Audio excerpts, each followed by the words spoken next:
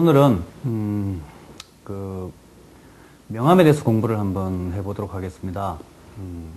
그 명암은 그 어떤 사물을 입체감 있게 표현하는 데 있어서 가장 중요한 요소 중에 하나죠. 어떤 그 선이라든가 이런 것들이 형태를 만드는데 도움을 준다면 그 명암은, 다시 말해서 밝고 어둠이라고 하는 것은 사물이 가지고 있는 실제감이나 입체감 이런 것을 만들어내는데 가장 중요한 역할을 하는 것이 명암입니다. 그래서 이 명암이 어떤 의미를 가지고 있는 건지, 흑백이라고 하는 것, 그 흑백의 어떤 색이라고 하는 것이 어떤 의미를 가지고 또 사회적으로나 역사적으로 또 어떻게 발전해 왔는지, 그리고 우리 생활 속에서 이게 흑백의 명암이 어떤 영향을 미치고 있는지, 혹은 이 명암이 미술에 있어서 어떠한 원리로 작동을 하는지에 대해서 전반적인 어떤 이야기를 해볼 생각입니다. 우리는 쉽게 그 명암이라고 하는 것을 그 단순하게 입체를 만드는 데만 필요한 요소이라고 생각하지만, 그 내면에 들어가 보면 어떤 실제 우리가 빛에 의해서 이 명암이 발생하지요. 그러면 빛이라고 하는 것이 사람살이에 굉장히 중요한 역할을 하잖아요. 그러니까 빛이라고 하는 것과 명암이라고 하는 요소를 결국 떼어내서 생각할 수 없고, 또 사람이 빛이 없으면 살아갈 수 없듯이 그 명암이라고 하는 것이 사람살이에 여러 가지 방식으로 어떤 영향을 미치고, 또 그것을 통해서 어떠한 생각이라든가 문화가 만들어지기도 한다는 이야기입니다. 그래서 일단 우리가 제일 먼저 좀 고찰을 해봐야 될 부분이, 과연 우리가 색이라고 하는 것과 흑백이라고 하는 것의 차이가 뭘까? 이렇게 좀 생각을 해볼 수 있는데, 엄밀한 의미로 따져본다면 그 흑백이라고 하는 것은 좀 원리적인 의미에서는 그 사람이 인식하기가 좀 어려운 거죠. 그러니까 사람들은 거의 그 색을 인식하면, 다시 말해서 색상, 컬러를 인식한다는 이야기인데, 그런 의미에서 보면 흑백의 명암이라고 하는 것은 지극히 좀 관념적이고 추상적인 요인이 있을 수 있습니다. 아무튼 우리가 색을 한번 생각을 해보면 아주 오래전에는 신석기 시대나 구석기 시대, 이런 시대 어떤 권력이라든가 이런 것들이 만들어지기 이전에 어떤 원시 공동체 사회 이런 것을 본다면, 아주 화려한 우리가 알 수 있는 고분벽화라든가 아니면 동굴벽화라든가 이런 것을 보면 아주 화려하고 또 화사하게 어떤 원하는 어떤 주술적인 요소든 아니면 어떤 원하는 어떠한 이미지를 표현한 이런 그림들을 많이 볼 수 있습니다. 그래서 색이라고 하는 것이 특별히 사람살이에 그렇게까지 많은 영향을 미치거나 그러지는 않았죠. 그냥 그 자체가 하나의 생활이었고 구분되지 않았다는 얘기죠. 그대로 생활이었고, 그 생활이 또 색 속에 또 파묻혀 있고 이런 것이라고 생각되어지는데, 생산 양식이나 생산 활동들이 커지고, 그 다음에 어떤 권력이 생기고, 그 다음에 그것을 어떤 물질적인 어떤 가치들을 소유하고 하는 과정에서 서서히 색의 분화가 일어나게 됩니다. 다시 말해서 어떠한 색이 가지고 있는 어떠한 요소를 특정인들이 독점을 한다는 이야기죠. 그래서 일반 사람들이나 백성들, 좀 이렇게 노예라든가 이런 사람들은 색을 잘 향유를 할 수 없었던 그런 시기라고 할 수가 있습니다. 우리가 고구려 고운벽화에 나오는 수렵도의 한 부분인데, 아주 화사한 색상으로 또 색색으로 어떤 것을 표현한 그런 것을 볼 수 있죠. 그런데 이게 시기가 좀 지나오는 과정에서 일반 백성들 같은 경우는 주로 흰색, 어떤 사람들은 우리나라를 백이민족이라고 부르기도 해서 흰색 옷을 입고 다니는 민족이다 이렇게 생각을 하지만, 저는 견해가 좀 다릅니다. 흰색의 의미가 평화다라고 하는 것은 현대에 와서 만들어진 개념이죠. 무슨 간호사가 흰색 옷을 입어서 그렇게 생각하는지 모르겠습니다만, 색이 없는 거죠. 엄밀히 따져봐서. 우리가 면으로 옷을 만들어 입으면 누런 색이 나오는데, 이것을 계속 빨아 입고 하다 보면 표백이 돼서 흰색으로 바뀝니다. 그래서 그것은 어떤 의미에서는 가난한 상징이었고, 실제로 귀족들이나 양반 이런 또 혹은 왕이나 이런 사람들은 굉장히 화려한 색, 아주 다양하고 화려한 색을 사용을 했죠. 또 일반 백성들이 살고 있는 건물들은 뭐 어떤 색으로 장식이 되어 있거나 그렇지는 않습니다. 뭐 흙집, 자연의 색을 그대로 사용을 했죠. 그런데 비해서 어떤 우리가 종교에 관련된 절집이라든가 아니면 궁궐이라든가 이런 데는 굉장히 화려한 단청으로 장식을 하고 또 그 커다란 어떤 그 색의 위용 이런 것들을 만들어냈습니다. 심지어는 뭐 금이나 은으로 그 빛을 발하는 어떤 보석 같은 것으로 장식을 하게 되면 사람들이 굉장히 위압감을 느끼게 되죠. 그래서 뭐 그 옛날에도 뭐 이런 이야기도 있습니다. 그 우리가 귀걸이가 여성의 존중 같이 보이지만 사실은 그 왕들이 주로 귀걸이를 했던 장신구를 많이 했던 뭐 그것은 우리가 지금 알고 있는 뭐 이렇게 반지라든가 목걸이 이런 것들이 꼭 남자 여자의 구분보다는 예전에는 주로 왕족들이나 귀족들이 주로 장식을 했던 그런 건데 얼굴에도 많은 화장을 하고 다녔다는 얘기죠. 좀 아이러니하지만 그래서 보통 사람들은 그 색을 접한다는 것 자체가 상당히 힘들었고 색은 곧 권력을 상징했습니다. 그래서 색은 그 뭐라고 해야 되나요? 어떤 권력의 서열에 따라서 이 어떤 권력에 위치해 있는 사람들은 어떤 색을 사용하고 더 나은 위치에 있는 사람은 더 높은 색 이런 식으로 어떤 색으로 심지어는 권력의 어떤 서열을 매기는 이런 경우도 있죠. 중국과 우리나라의 관계를 봤을 때 조선시대 같은 경우는 중국은 주로 황색, 황제가 황색을 사용을 하고 우리나라의 임금은 붉은색을 사용했죠. 이것이 이제 어떤 관계, 위와 아래의 관계 혹은 형과 제의 관계 이런 관계의 서열을 나타내는 데 있어서 색도 그대로 사용을 했다는 이야기입니다.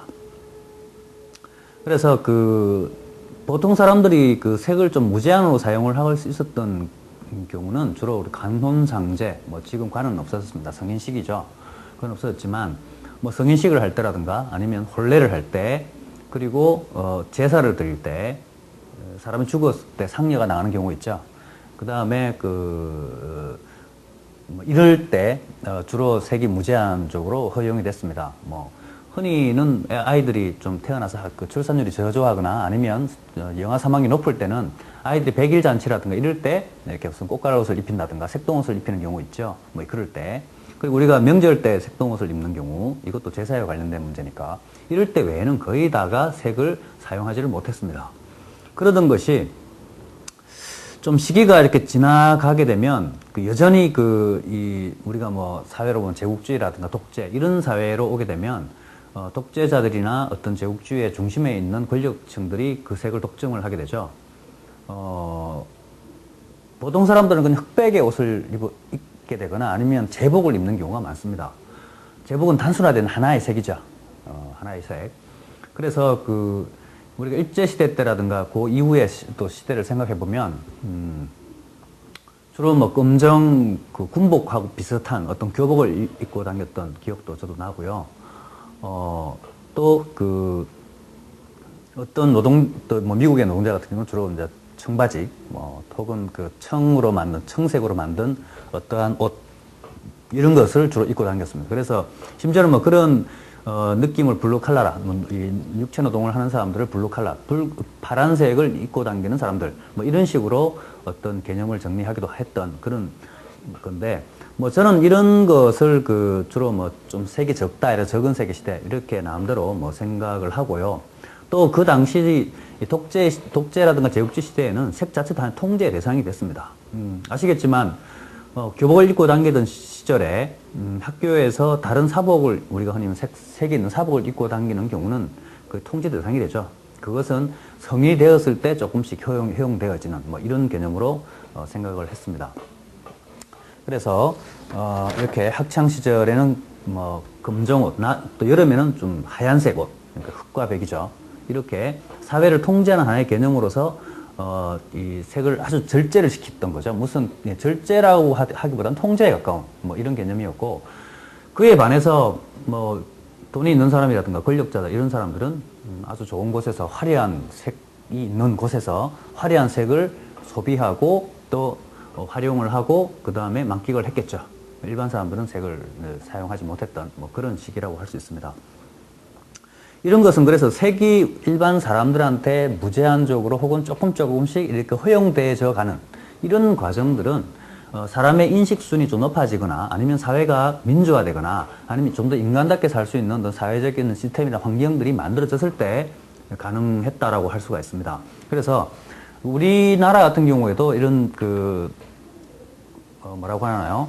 80년대 민주화 과정을 통해 가지고 사람들은 색에 대해서 좀 더 폭넓은 어떤 수용 또 혹은 폭넓은 어떤 이 향유를 하게 되었다는 이야기입니다. 그래서 우리가 흔히 뭐 붉은색 하면 빨갱이 떠오르고 그렇게 했습니다. 빨갱이로 낙인이 찍히면 그 사회를 살아갈 수 없을 만큼 심각한 어떤 사회적 타격을 받았던 이런 시대도 있었는데 2002년 월드컵을 통해 가지고 우리가 붉은 악마라고 하는 어떤 서포터죠, 응원단 이런 것들이 활성화되면서 붉은색에 대한 개념이 많이 바뀌었습니다. 이렇게 색도 하나씩 조금씩 사회의 발전에 따라서 해방되어지거나 아니면 향유되어진다는 이런 이야기를 하는 거죠. 지금은 어떤 의미에서 보면 무제한의 색을 좀 사용을 하고 있습니다. 무제한의 색이라고 하는 것은 우리가 사람들이 인식할 수 있는 모든 색들을 거의 다 사용할 수 있다는 이야기인데, 물론 그런 것은 다양성과 개성이라고 하는 측면하고 또 관련이 되어 있기도 합니다. 지금은 아주 다양한 색을 사용하는 시대에 살고 있습니다. 80년대 초반에 컬러 TV 방송이 시작되면서 그 이후에 뭐 휴대폰도 그렇고 자동차도 그렇고 가전제품도 그렇고 우리 주변에 또 모든 것들이 색들이 아주 다양하게 이렇게 허용되어 있고 또 그것을 향유를 하고 있습니다. 색을 조금만 사용하던 시대에서 아주 다양한 색을 사용하는 시대로 이렇게 발전이 되었다는 이야기죠.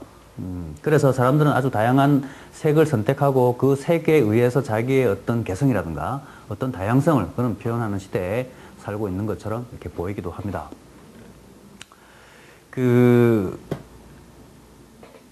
여러분들 얼마나 많은 색을 알고 있는지 잘 모르겠습니다만 우리 주변에 보면 사실 저도 그림을 전공을 하면서 그림을 그리기 위해서 색을 이렇게 사용하고 또 인식하고 했던 이런 색들보다 더 많은 수많은 색들이 우리 주변을 뒤덮고 있습니다. 뭐 메탈색 같은 경우, 그 다음에 또 이 컴퓨터 모니터를 통한 어떤 색 이런 것은 약 수천만 컬러를 실제로 구현을 하고 있고 그것을 우리가 프린터라고 하는 하드웨어가 실제 따라가지 못하는 이런 지경에 살고 있죠. 수많은 계통색들, 그 다음에 파스텔 톤, 그 다음에 무채색 계열들, 심지어 흰색과 검은색까지 합쳐서 또 혹은 형광색들까지 차별적으로 우리가 하고 있는데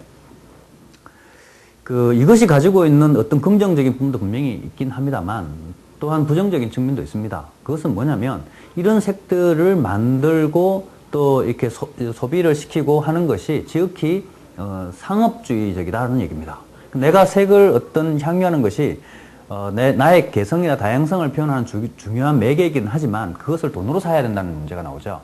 그러다 보니까 돈을 많이 가진 사람들은 개성이 좀 있거나 다양성이 좀 존재하고 없는 사람들은 없는 좀 이상한 문제들이 나온다는 거죠. 다시 말해서 색을 스스로 창조하지 못하게 되면 내가 어떠한 그것이 좀 추상적인 개념이라 하더라도 내가 어떠한 색을 창조하지 못하게 되면 결국은 어떤 거대한 소비 구조에 의해서 규정을 당하게 되고 그 규정 자체가 또 다른 물고생을 만들어낸다는 얘기입니다.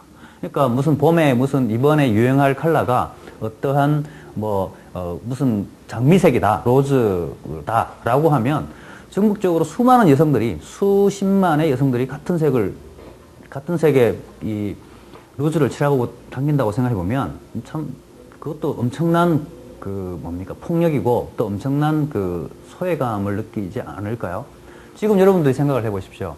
자, 내가 어떠한 패션을 했습니다. 어떤 옷을 아주 비싸게 주고 샀는데 신경 써서 길거리에 나갔는데 그런 옷을 똑같은 사람이 몇 명 입고 있는 모습을 봤다고 하면 과연 여러분들은 실제 말로 찌찌뽕 할 건가 아니면 반갑다고 인사를 할 건가 그럴 것 같습니까? 아니면 왠지 좀 고개를 돌리고 싶을 것 같습니까? 개성은 소비에 의해서 드러나는 측면보다는 자기의 내면에서 어떠한 현상과 같이 결합되어서 자기의 좀 더 이렇게 정신적인 영역 이런 거와 합쳐지지 않으면 개성은 조금 좀 무의미하죠. 그래서 이 소비의 시대에 있어서 자신의 색들을 만들어내지 못하는 사람들은 또 다른 소외를 겪게 될 수밖에 없다. 뭐 이런 얘기들도 드릴 수 있겠습니다. 색이 만들어낸 또 다른 그늘이라고 할 수가 있죠. 개성이라고 하는 것이 그 사람의 어떤 가지고 있는 원래 모든 사람들이 가지고 있는 본성과 그 다음에 그 사람이 사회에 반응해가는 어떤 관계 속에서 자신의 어떤 그 특성과 또 사회에서 필요한 요인들 이런 것과 아주 복합적으로 결합을 해서 나타나는 것이 개성이라고 할 수 있고요. 이런 것이 단순한 몇 가지 색으로 혹은 어느 몇 가지 소비로 그것이 만들어진다라고 생각하지는 않습니다. 그렇게 되지도 않고 우리는 물질 만능주의, 물질을 추구하는 시대로 이렇게 살다 보면 흔히 알고 있는 지식들 우리가 책에서는 긍정하고 또 아이들한테도 그렇게 얘기하고 또 카메라가 들어오거나 아니면 인터뷰를 할 땐 그렇게 얘기하지만 실제로는 그렇게 하지 않는 이런 거 굉장히 많이 있죠. 이를테면 자 인생에서 돈이 중요하다고 중요합니다. 돈보다 사랑이 중요합니까? 사랑보다 돈이 중요합니까? 어느 게 중요합니까? 돈보다 사랑이 중요하다고 다 얘기합니다. 하지만 현실에서는 그렇지 않는다는 거. 역시 사랑보다는 돈이 더 중요하고 혹은 아름다운 개성, 정신적인 영역보다는 역시 물질적인 많이 쓰는 것이 결국은 아름다운 현실로 자리 잡고 있을 때 이런 것이 사회적으로 큰 정신적 병리 현상이 만들어지는 거죠. 우리가 경제적으로 발전한 나라일수록 정신적인 문제가 가진 사람들이 훨씬 더 많이 있다는 사실 이런 것들도 한번 정도 생각해 볼 필요가 있다. 그렇게 생각을 합니다.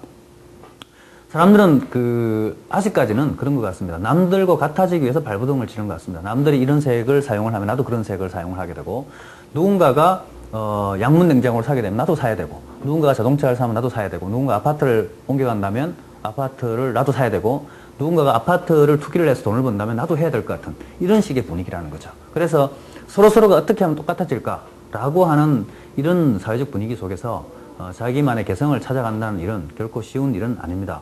우리가 좀 비싼 선글라스를 끼고 비싼 옷을 입고 그리고 길거리를 활보하고 혹은 또 음식점이나 또 비싼 어떤 그런 카페를 들어가서 술을 마시든 어떻게 하든 간에 자기 내면에서 채워지지 않은 어떤 무엇이 있다면 이런 부분에 대해서는 한번 깊숙하게 생각을 해야 될 부분이 아닐까 그렇게 생각합니다. 그래서 마치 색은 색을 꽃이라고 비유한다면 자본이라고 하는 어떤 돈이라는 것과 만나서 꽃은 꽃인데 좀 향기가 없는 꽃 이런 것으로 느껴지지 않을까 저는 그렇게 생각합니다. 다시 말해서 개성과 다양성이 어떤 돈으로 사고 파는 이런 개념이라면 우리가 이 속에서 훨씬 더 많은 사람들이 소외를 당할 수밖에 없는 그런 현실이지 않을까 그렇게 생각합니다. 그런데 비해서 과연 이런 세계 풍요로움 어찌 보면 자본 물질의 풍요로움이라고 할 수가 있는데요. 이런 물질의 풍요로움 속에서 자기 좀 더 근본적인 자기 자신의 모습 혹은 자기 정체성을 어떻게 찾아갈 수 있을까? 여전히 그런 문제가 있죠. 좀 어렵습니다. 이런 문제는 결국은 약간 종교적인 측면들하고도 연관될 수 있지만 어떤 의미에서 보면 자기 가장 근본은 결국 색을 만들어내고 색을 사용하지만 어느 정도 가면 어느 정도의 위치에서는 결국 색이 소멸되는 지점이 있지 않을까. 그것이 깨달음의 지점이든 아니면 어떤 우리가 추구하는 어떤 이상적인 세계든 간에 혹은 또 내가 일상적으로 살아가는 과정에서 순간순간 어떤 알게 되거나 문득문득 깨닫게 되는 어떤 그런 것이든 어쨌든 간에 색이 없는 시대, 색이 소멸되고 또 색이 어떤 가장 근원으로 환원될 때 우리는 거기에 대해서 자기의 좀 보다 근본적인 자기 모습을 발견하게 되지 않을까 그렇게 생각합니다. 그래서 화려한 색조 화장을 하거나 혹은 화려한 색으로 치장을 한 사람들의 모습들을 만약에 우리가 흑백의 이미지로 바꿔본다면 어떨까요? 색은 보이지가 않죠. 화려함도 사라집니다. 화장도 보이지 않고 오로지 그 사람이 가지고 있는 본질적인 모습 이런 것들이 잘 드러나죠. 그래서 실제로 사진작가 중에서 주로 흑백을 가지고 사람 인물을 찍는 이런 사람들도 있는데 그것은 흑백이 가지고 있는 아주 강력한 그 근원적인 측면 이런 부분과 맞닿아 있기 때문이 아닐까 그렇게 생각합니다.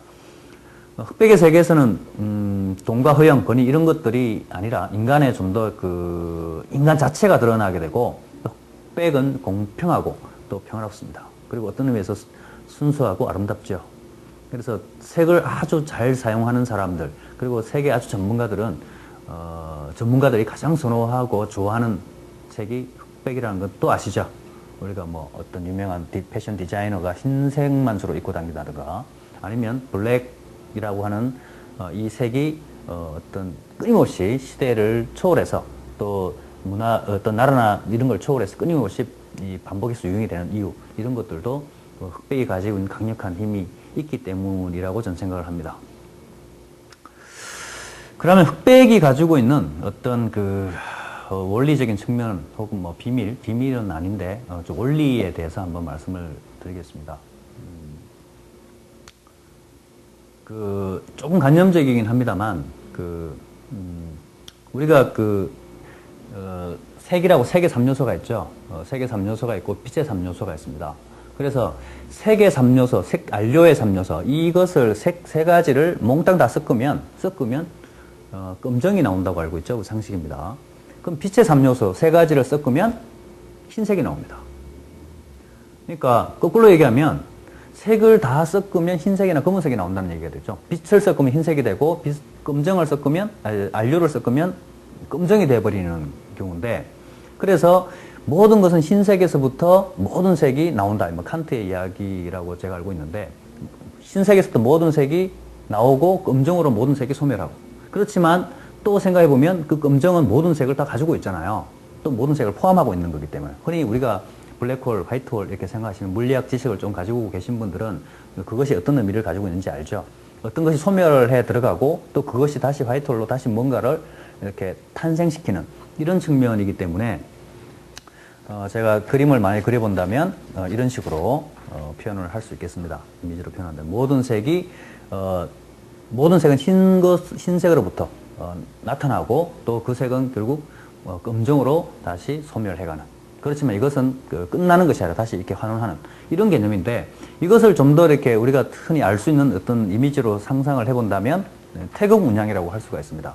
양극단이죠. 흰색과 흑과 백이라고 하는 것은 양극단인데 그 양극단은 끊임없이 서로 맞물려 돌아가고 그 맞물려 돌아가는 것이 하나로 통일되어 있는 이런 개념이라고 할 수가 있습니다. 극단적인 대립이고 또 반대의 성질을 가지고 있지만 유기적으로 결합되어 있고 또 어떤 것이 어떤 것을 이겨내지 못하고 또 하나가 없어지면 나머지 하나도 없고 흰색이 없다면 검정도 존재하지 않는 거죠. 검정이 없다면 흰 것도 존재하지 않습니다. 이 두 가지가 현실을 만들어냅니다. 두 가지의 결합이. 생각해 보십시오. 자, 선이 있기 때문에 악이 있는 겁니다. 악이 있으니까 선이 존재하는 거죠. 어떠한 하나의 대립, 여자가 있으니까 여자라고 하는, 남자라고 하는 구분하는 어떤 분별심이 생기는 것이고, 세상의 모든 일도 그렇습니다. 상대적으로 우리가 어떤 먹는 문제도 그렇고, 또 어떤 그 삶의 문제도, 혹은 또 문화의 문제도 대부분 어떤 기준이 있고 그 기준을 통해서 어느 양극단을 맞춰가는 거죠. 그래서 그 음양이나 혹은 태극의 원리하고 이런 것이 비슷하다고 할 수 있는데, 혹시 여러분이 듣기에 제가 흑백 개념과 명암의 개념을 조금 이렇게 섞어서 지금 사용을 하고 있습니다. 이것은 흑백이라고 한다면, 그래, 우리가 안료로 물감의 개념이라고 할 수가 있고, 명암이라고 한다면 밝고 어둠이니까 빛의 개념이라고 할 수 있는데, 조금 혼재돼도 크게 문제는 없을 것 같습니다.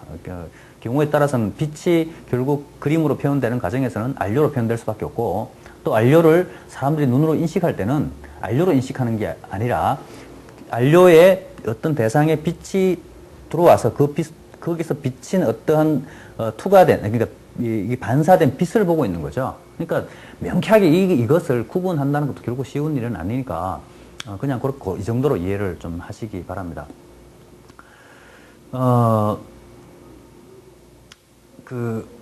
밝음과 어둠, 즉 그 명암은 태초부터 빛이 뭐 태양이라고 할 수 있는데 이 빛이 생겨나면서부터 존재해 왔습니다. 그래서 사람들은 빛이라고 하는 명암, 밝고 어둠이라고 하는 것과 결코 떨어져서 살아갈 수는 없습니다. 우리가 지구가 이렇게 태양의 주변을 돌면서 자전거 공전을 해가는데 이런 과정에서 태양과 가까워지거나 멀어지면서 다시 빛이 많아지느냐 적어지냐에 따라서 봄, 여름, 가을, 겨울 혹은 남극과 북극 같은 아주 추운 지방이 생기기도 하고 적도에 있는 것처럼 굉장히 뜨거운 열대 지방이 만들어지기도 합니다. 단순한 빛이 많으냐 적으냐의 문제입니다. 아침도 마찬가지로 우리가 하루도 태양이 이렇게 떠서 이렇게 서서히 정점에 올라갔다 사라지고 이렇게 하는 것도 결국은 빛의 많음과 적음 이런 것이 다름 아니죠. 다시 말해서 빛에 따라서 사람들은 문화를 만들어냅니다. 추운 지방의 문화와 더운 지방의 문화가 다릅니다. 그리고 어떤 사계절의 뚜렷한 문화와 또 우기나 단지 그 어떤 그 건기 이 두 가지만 있는 지역에 또 문화적 차이는 아주 다르죠. 그래서 이런 것들이 결국 사람 사이에 굉장히 밀접한 영향을 미치는데 우리가 빛이 좀 적다 이러면 우울증이 잘 빠집니다. 우울해지고 쓸쓸해지죠. 그래서 흐린 날이 많아지면 아주 이렇게 기분이 좀 가라앉고 그러기도 하고요. 그 다음에 아주 맑은 날이 많으면 기분이 아주 경쾌해지고 그렇죠. 그래서 겨울 되면 사람은 좀 가라앉습니다. 전반적으로. 여름 되면 아주 화사해진, 아주 경쾌해지는 이런 것들도 결국 빛이 혹은 밝음과 어둠 이런 양이 어떻게 변하느냐에 따라서 사람한테 여러 가지 영향을 미친다 이런 이야기죠.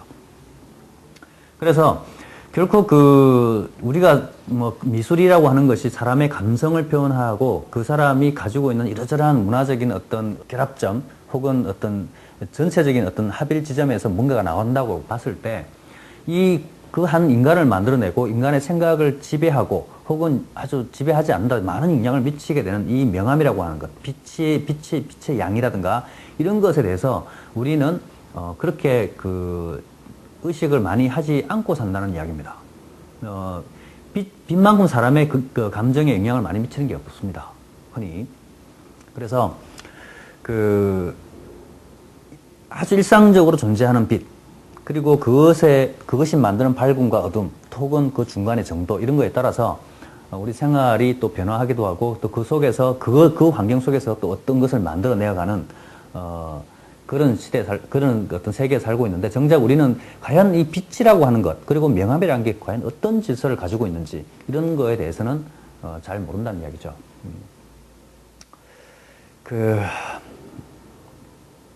이렇게 한번 생각을 해봅시다. 우리가 색을 생각하면 흔히 기본적인 삼원색부터 시작해서 또, 우리가 흔히 빨주노초 파란 프리즘을 통과시켰을 때 빛을, 이렇게 6가지 색깔이 나오고, 7가지인가요? 원래 6가지죠. 이렇게 색이 나오고, 그 다음에 이 색이 서로 섞여서 또 어릴 때 이렇게 무슨 크레파스나 물감 보면 12색, 24색, 24색, 이렇게 48색 이런 식으로 색을 이렇게 봤는데 사람이 색과 색을 섞어서 인식할 수 있는 색 보통 사람들 같은 경우는 그렇게 많지가 않습니다. 생각보다. 우리가 수많은 색을 보지만 그것은 단지 그냥 이렇게 받아들일 뿐이고 그것을 인식하는 문제는 다르죠. 도대체 저게 어떻게 만들어내고 어떤 원리에서 색이 만들어졌는지. 자, 제가 한번 물어보겠습니다. 자, 빨간색과 노란색을 섞으면 주황색이 나오죠. 파란색하고 노란색을 섞으면 녹색이 나옵니다. 그러면 보라색과 노란색을 섞어서 보라색과 노란색을 5대5로 섞고 거기다가 파란색을 섞으면 어떤 색이 나올까요? 상당히 헷갈리죠? 그때부터. 그러니까 색을 2차색 정도까지는 대략 이렇게 어릴 때 배운 게 있으니까 이렇게 이 색과 이 색이 대충 나오겠다라고 생각을 하지만 이게 3차색 정도로 넘어가기 시작하면 그때부터는 잘 모릅니다. 무슨 색이 나올지 잘 모르죠. 막연하죠. 그렇게. 그래서 우리가 실제로 풍부한 세계 속에서 살고 있지만 정작 내가 인식할 수 있는 색들은 그저 몇 가지 안 되는 이런 문제가 있다는 이야기입니다. 그래서 색이라고 하는 것이 생각보다 우리가 인식하는 색도 별로 없거니와 그리고 그 양도 그렇게 많지가 않아요. 색과 색을 섞었을 때 그렇게 많은 색이 나오는 건 아닙니다. 그래서 이 색을 근데 생각해 보십시오. 자, 보통 전문가들이나 이런 사람들은 수천 가지 색을 인식을 합니다. 구분도 해내죠.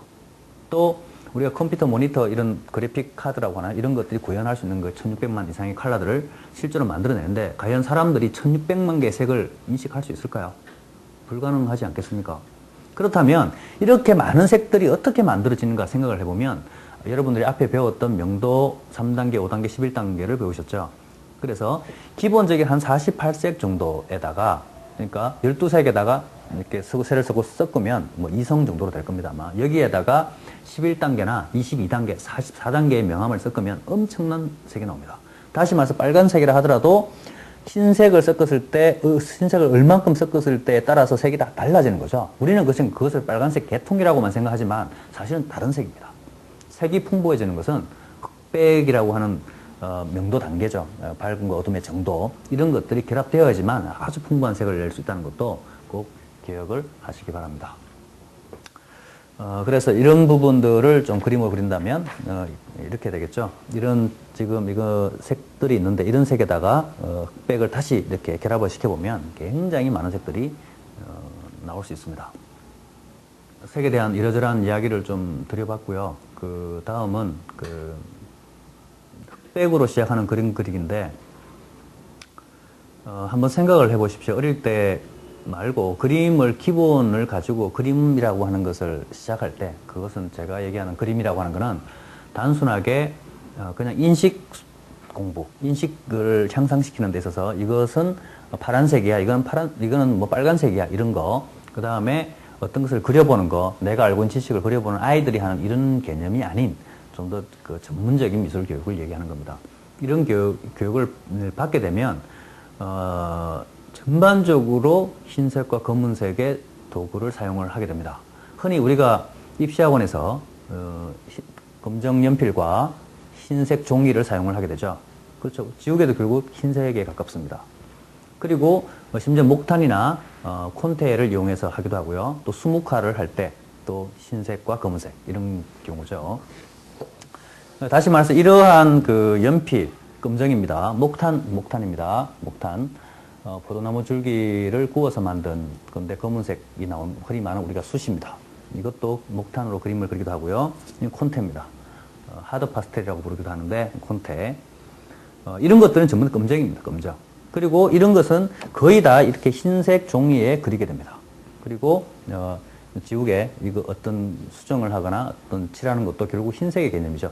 이렇게 흑과 백을 결합시켜서 그림을 그려가는 원리가 굳이 이렇게 흑과 백을 사용할 필요가 있을까? 이거 말고도 뭐 파란색으로 그릴 수도 있고 아니면 노란색 여러 가지 색깔을 써서 사용을 할 수도 있습니다만 그러나 대부분의 기본기는 사람들이 정확히 알지는 못합니다만 기본기는 이렇게 흑백으로 사용하는 게 대부분입니다. 그것은 뭐냐면 단지 편리함 때문만은 아닙니다. 연필이나 콘테, 목탄이 좀 싸기 때문에 다른 것보다 이런 개념보다는 흑백의 재료를 사용하는 좀 더 근본적인 이유가 있다는 이야기죠. 이 부분에 대해서 한번 알아보겠습니다. 우리가 그래야지만 이 흑백이 어떤 의미를 가지고 있는 건지, 왜 흑백을 가지고 그림을 그리고 이 흑백이 과연 그림 그리기에 있어서 어떤 역할을 하는지에 대해서 정확하게 이해를 하지 않으면 왜 이렇게 시커먼 색을 가지고 하지 짜증만 난다는 거죠. 긍정적인 이유가 없다는 얘기입니다. 또 그림이 가지고 있는 미술로서 단순하게 어떤 물체를 재현하거나 아니면 어떤 색을 사용하는 단지 기술적인 체계가 아닌 미학적이고 상당히 철학적인 어떤 바탕이 있다는 사실은 알게 되겠죠. 그것은 그림을 그리가는 기본기 속에도 많이 숨어져 있습니다. 우리가 잘 몰라서 그런 거죠. 자, 첫째는 이 흑백의 개념은 창조의 원리입니다. 창조의 원리인데 앞에서 제가 말씀을 드렸습니다. 다시 말해서 이런 원리를 얘기하는 거죠. 이런 원리. 모든 색은 흰색부터 출발해서 검정으로 소멸해가는 거죠. 그리고 마치 그것은 음량이라든가 태극하고 비슷하다고 제가 말씀을 드렸는데 흑과 백은 어떤 것이 시작하고 어떤 것이 소멸해가고 다시 말해 탄생과 죽음이라고 하는 이런 원리인데 이것이 뭐냐면 이 두 가지가 창조의 원리입니다. 그러니까 이 소멸이 없거나 소멸이나 죽음이 없다면 새로운 것은 창조되지 않습니다. 그렇겠죠. 또 창조가 된 어떤 것들은 그대로 변하지 않고 가는 것이 아니라 그것은 소멸의 과정을 겪어갑니다. 마치 사람이 태어나고 죽는 과정도 마찬가지겠죠. 우리가 아이들이 태어나는 걸 탄생이라고 그러죠. 또 나이 든 사람은 죽어갑니다. 이런 과정이 순환하는 과정 속에서 어떤 새로운 창조들이 일어난다는 얘기죠. 그래서 그림 그리기 자체는 창조성이 가장 중요한 개념입니다. 그림에서는 창조성이라고 하는 요소가 가장 중요한데 이것이 아무것도 없는 흰 종이 위에서 뭔가 검정으로 뭔가를 그려가는, 뭔가 흔적이 남고 뭔가가 만들어져 가는 것은 아무것도 아니라고 하지만 그것이 모여지고 쌓여지고 하다 보면 또 뭔가 새로운 것으로 만들어진다는 거죠. 그림이라고 하는 것이 기존에 뭔가 있는 위에다 덧칠을 하는 경우도 있지만 대부분 그러지 않고 그야말로 아무것도 없는 하얀 종이지만 종이라기보다는 그건 빈 공간이라고 보시면 됩니다. 거기에다가 뭔가를 만들어내는 거죠. 잘 만들었으면 좋은 작품이 되는 거고, 별로 이렇게 질서 있지 않도록 또 재미없게 만들면 별로 안 좋은 작품, 그런 거 아닐까요? 그죠? 그래서, 흑과 백의 그 개념 자체가 물리학적 개념이든 또 철학적 개념이든 간에 그것의 원리와 또 미술이 가지고 있는 어떤 이 원리와는 크게 다를 바가 없다. 이렇게 좀 생각을 해 보시는 게 좋을 것 같고요. 또 하나는 실제 세계와 그림의 세계를 연결하는 기준이다. 이렇게 좀 정리를 해봤는데, 좀 어렵게 들릴 수도 있겠습니다만, 이렇게 한번 생각해 볼까요? 사람이 인식할 수 있는 시각이 가지고 있는, 생물학적인 얘기입니다. 생물학적으로 사람이 볼 수 있는, 보고 인식할 수 있는 범위는 한계가 있습니다. 그래서 우리가, 어떤 색을 넘어가거나, 다시 말해서 엑스레이라든가 자외선, 적외선 이런 것은 보지 못하죠. 분명히 존재하는 파동이고, 혹은 입자라고 하더라도, 사람이 인식하지 못합니다. 그런데 누군가가 자외선과 적외선을 그리는 사람이 있습니까? 그렇진 않죠. 결국 내가 어떤 대상이 보인다는 것은, 그것도 색을 인식한다는 것은 사람이 감각기관이 인식할 수 있는 그 세계만을 본다는 이야기가 되는 거죠. 그러니까 그렇게 생각해보면 우리가 볼 수 있는 가장 어둡기는 그냥 어둠입니다. 어둠. 우리가 사람이 낼 수 있는 가장 어둡기고요. 또 빛으로 본다면 빛이 들어오지 않는 상태를 얘기하는 거죠. 그 이상의 상태는 우리가 보지 못합니다. 어둠보다 더 어둠이 존재할까요? 밝음보다 하얀색, 그것보다 더 밝은 색이 존재하나요? 존재한다 하더라도 사람은 그것을 인식할 수 없다는 이야기입니다. 그래서 흑과 백이라고 하는 것은 바로 사람이 인식할 수 있는 어떤 양극단이라고 볼 수 있습니다. 양극단. 그 이상의 세계는 보지 못한다. 그래서 이 안에서 모든 색들이 일어납니다. 다시 말해서 제가 그림을 표현할 때는 이것이 이제 음과 양으로 해도 똑같은 얘기죠. 그 안에서만 존재한다는 거죠. 인식되고. 그래서 어떠한 양쪽 기준이 있다는 것은 그것을 중심으로 해서 질서가 형성된다는 얘기죠. 기준은 곧 질서입니다. 우리가 질서라고 하는 것을 다르게 얘기해 보면, 먼저 온 순서대로라고 하는 게 기준이잖아요. 키 큰 사람 순서대로, 키 큰 것이 기준입니다. 그 기준이 있으면 그것을 중심으로 해서 질서가 형성됩니다. 그렇죠. 줄을 서거나, 그렇죠. 혹은 무엇을 비교하거나 하는 것이 바로 기준이죠. 그래서 우리가 기준으로 삼는 것은 최대 밝음과 최대 어둠, 가장 내가 밝음이라고 생각할 수 있는 가장 밝음, 물론 이건 전반적으로 모든 인간들은 거의 비슷하게 느낍니다. 조금의 차이는 있을 수 있습니다. 또 가장 표현할 수 있는 가장 어둠, 이런 것들도 거의 동의를 하죠. 많은 사람들이 서로. 그래서 이런 것이 바로 우리가 그 양의 기준이고, 그 기준 안에서 사람들은 생물학적으로 또 어떤 기준을 삼아서 비교를 해가면서 어떤 세상을 만들어낼 수 있다. 실제 세계를 만들 수 있다. 그런 이야기를 말씀을 드리는 겁니다.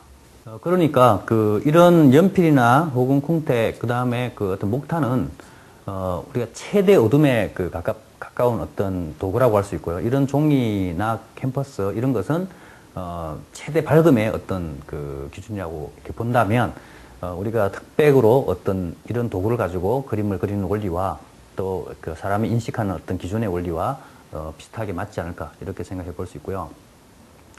세 번째는 흑백의 명암, 흑과 백으로 만들어내는 명암은 입체감이나 공간감을 나타내는 중요한 요소입니다. 사람의 시각은 색을 인식하도록 되어 있습니다. 올 컬러를 인식한다는 거죠. 우리가 흔히 말하는.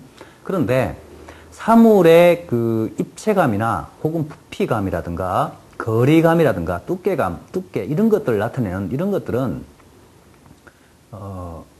색상이 아닙니다. 색상이라기보다는 흑백의 명도라고 할 수가 있죠.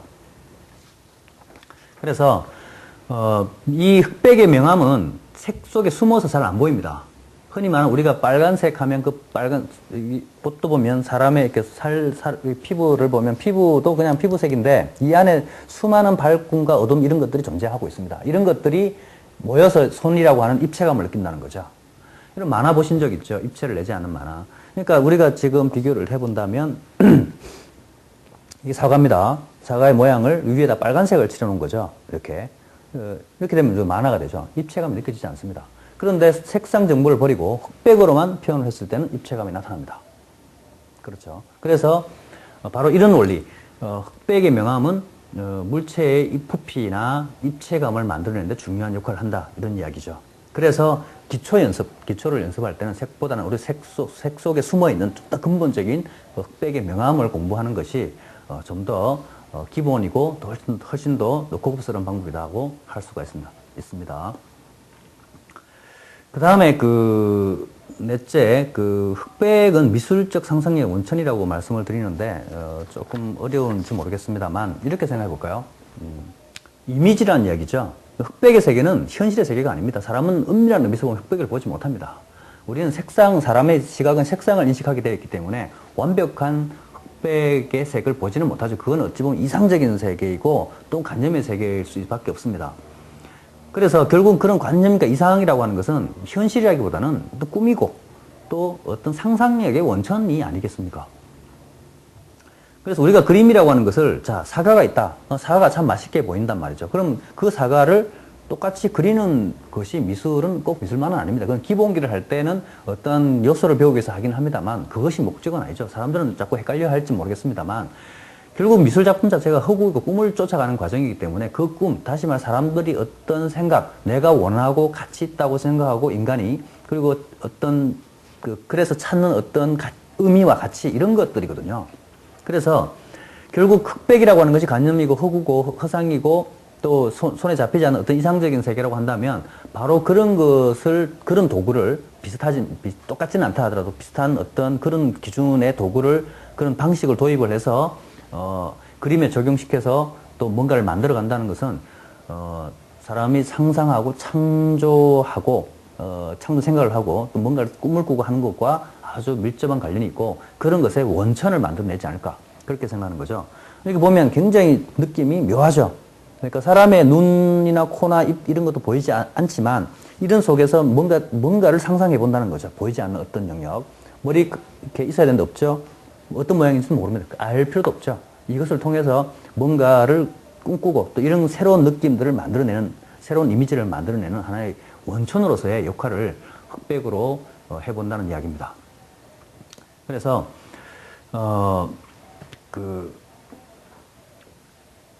미술적인 어떤 상상력을 키우거나 이럴 때는 색보다는 오히려 좀 더 근본적인 어떤 흑백의 세계를 이해하는 것이 장기적으로 본다면 더 큰 도움을 줄 수 있다는 것이 제 생각이고, 또 실제로 그런 의미 때문에 이런 흑백의 재료를 이용해서 그림을 그리고 있다는 사실도 여러분들이 아셨으면 좋겠습니다.